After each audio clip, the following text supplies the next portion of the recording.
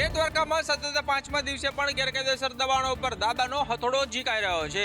અત્યાર સુધીમાં 50 કરોડની કિંમતની જગ્યા ખુલ્લી કરાઈ છે। બાલાપર ગામ બાદ પાર વિસ્તારમાં પ્રશાસનનું બુલડોઝર ગરજ્યું। બેટ દ્વારકા અને જામનગરમાં ગેરકાયદે દબાણો દૂર કરવામાં આવી રહ્યા છે। જામનગરમાં ટાપુઓ પરથી દબાણો હટાવાયા છે। દ્વારકાના 23 ટાપુઓ પરથી દબાણો દૂર કરાયા છે। સરકારની કરોડોની જમીન ખાલી કરાવવામાં આવી છે। કાયદો અને વ્યવસ્થા સાચવવા પોલીસ જવાનોની નિગરાણીમાં સમગ્ર કાર્યવાહી કરવામાં આવી રહી છે। રાજકોટ રેન્જ આઈજી અશોક યાદવે સમગ્ર ડિમોલેશનને લઈને કહ્યું, પાકિસ્તાન નજીક હોવાથી ટાપુઓ દેશની સુરક્ષાની દ્રષ્ટિએ મહત્વના છે। રાજકોટ રેન્જ આઈજીએ વધુમાં કહ્યું કે જ્યાં જરૂર જણાશે ત્યાં હજી પણ કાર્યવાહી કરીશું। જેટી અને લેન્ડિંગ પોઈન્ટની સુરક્ષા માટે યોગ્ય પગલાં લઈશું। સૌરાષ્ટ્રમાં દબાણકર્તાઓ હવે ચેતી જજો, કારણ કે દ્વારકા અને જામનગર બાદ હવે મોરબીમાં ગેરકાયદેસર દબાણ કરનારા લોકોની સામે કાયદેસરની કાર્યવાહી કરવામાં આવી રહી છે। મોરબીના શનાળા રોડ પર ઉમિયા સર્કલથી લઈ સરદારજીના સ્ટેચ્યુ સુધી અડચણરૂપ દબાણો દૂર કરવામાં આવ્યા છે। લારી ગલ્લા અને કાચા પાકા મકાનો પર પ્રશાસનનું બુલડોઝર ફર્યું છે। ટ્રાફિકને અડચણરૂપ સ્ટ્રક્ચર, અનેક ગેરકાયદેસર બાંધકામ પણ દૂર કરવામાં આવ્યા છે। મ્યુનિસિપલ કમિશનર અને પોલીસ કર્મચારીઓની હાજરીમાં કાર્યવાહી કરવામાં આવી। મ્યુનિસિપલ કમિશનરે કહ્યું છે કે દર અઠવાડિયે આ પ્રકારની કાર્યવાહી થશે અને દબાણ કરનાર સામે કાયદાકીય કાર્યવાહી પણ કરવામાં આવશે। નવી મહાનગરપાલિકા બનેલા મોરબીમાં હવે દબાણકારોમાં ફફડાટ છે, કારણ કે હવે દર અઠવાડિયે અહીં બુલડોઝરમાં ગિયર પડશે। વડોદરામાં નશામાં ધૂત અધિકારી ભાન ભૂલ્યો છે। પાદરાના નાયબ મામલતદારે દારૂ પીધેલી હાલતમાં અકસ્માત સર્જ્યો છે। વડોદરાના જેતલપુર બ્રિજ પાસે પાદરાના ડેપ્યુટી મામલતદારે દારૂ પીધેલી હાલતમાં અકસ્માત કર્યો હતો। આ ઘટનાની જાણ થતાં અકોટા પોલીસ ઘટના સ્થળે દોડી ગઈ હતી અને પોલીસે આરોપીને જગાડવા માટે થપ્પડો મારી હતી અને પાણી પણ નાખ્યું હતું, પરંતુ તે જાગ્યો ન હતો। નશામાં ધૂત નાયબ મામલતદાર નરેશ વણકર ગાડીમાં ઢળી પડ્યા હતા અને પોલીસે નશેડી ડેપ્યુટી મામલતદારની ધરપકડ કરી છે। ઉલ્લેખનીય છે કે મામલતદારે ચિકાર દારૂ ડીસ્યો હોવાથી સંતુલન ગુમાવતા યુટર્ન લેતા સમયે દિવાલ સાથે કાર અથડાવી અકસ્માત સર્જ્યો હતો। દારૂના નશામાં મામલતદારની કાર ખાડામાં ફસાઈ હતી અને તે બહાર કાઢી શક્યા ન હતા।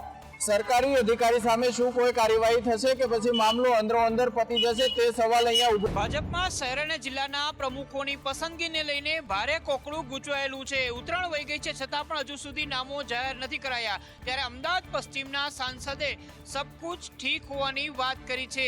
અમદાવાદ પશ્ચિમના સાંસદ દિનેશ મકવાણાએ પતંગ ચગાવી વાસી ઉત્તરાયણની ઉજવણી કરી। ઉત્તરાયણની સાથે જ કમુરતા પૂરા થઈ ગયા છે અને શહેર જિલ્લાથી લઈને ભાજપના પ્રદેશ અધ્યક્ષની નિમણૂક થવાની છે। તેવામાં અમદાવાદના સાંસદે કહ્યું કે અહીંયા કોઈ જ ગૂંચ નથી, કોઈ પેશ ફસાયો નથી। ભારતીય જનતા પાર્ટીનો કાર્યકર્તા કેડરબેટ પાર્ટીનો કાર્યકર્તા છે, શિસ્તબદ્ધ કાર્યકર્તા છે। પાર્ટી જે નિર્ણય લે એ નિર્ણયને વધાવી લેવો કાર્યકર્તા છે। અગાઉ હું અમરાઈવાડી વિધાનસભામાં સવારે 9 વાગે હતો, 10 વાગે મણિનગર વિધાનસભામાં હતો અને 11 વાગે દાણીલીમડા વિધાનસભામાં હતો। હું એટલું ચોક્કસ કહી શકું કે નવા જે પ્રમુખ બન્યા છે એની સાથે જૂના પ્રમુખ અને આખી ટીમ સાથે। સાંસદ તો કહી રહ્યા છે કે ભાજપનો પતંગ સ્થિર રૂપથી ચગી રહ્યો છે, પરંતુ સંગઠનમાં હોદ્દા મેળવવા માટેની દોડના કારણે ભાજપની દોરની અંદર ગૂંચ પડી હોય અને ગોથા ખાઈ રહી હોય તેવું અત્યારે લાગી રહ્યું છે। ગાંધીનગરના અંબોળમાં સાબરમતી નદી પરના વીયરના ઉદ્ઘાટન વખતે મુખ્યમંત્રી ભૂપેન્દ્ર પટેલે કહ્યું કે ઉત્તર ગુજરાતમાં 5 થી 8 મીટર સુધી જળસ્તર ઊંચા આવ્યા છે, જેથી હજારો હેક્ટર ખેડૂતોની જમીનને સિંચાઈનું પાણી મળી રહ્યું છે। વીયરોનું ભૂમિપૂજન થવાનું છે અને થવાના છે એવા કુલ આ સાબરમતી નદી ઉપર 14 જેટલા વીયરો બનવાના છે। 6 જેટલા હજુ બાકી છે, 5 વીયરો તૈયાર થયા છે। 20 મીટરથી લઈને 66 મીટર જેટલો ઊંડા ઉતર્યા હતા, જે હવે 5 મીટરથી માંડીને 8 મીટર જેટલા ઊંચા આવ્યા છે। ગુજરાતમાં 185 જેટલી નાની મોટી નદીઓ છે।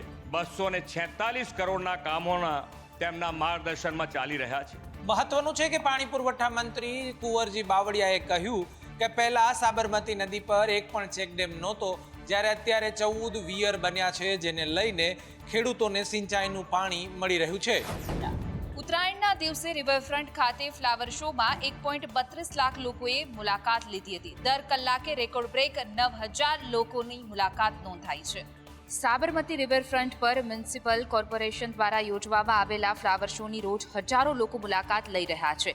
ગઈકાલે 14 જાન્યુઆરીના ઉત્તરાયણની રજાના દિવસે ફ્લાવર શોમાં સવારે 8 થી રાત્રે 11:30 વાગ્યા સુધીમાં એટલે કે 15 કલાકમાં 1.32 લાખ લોકોએ મુલાકાત લીધી હતી.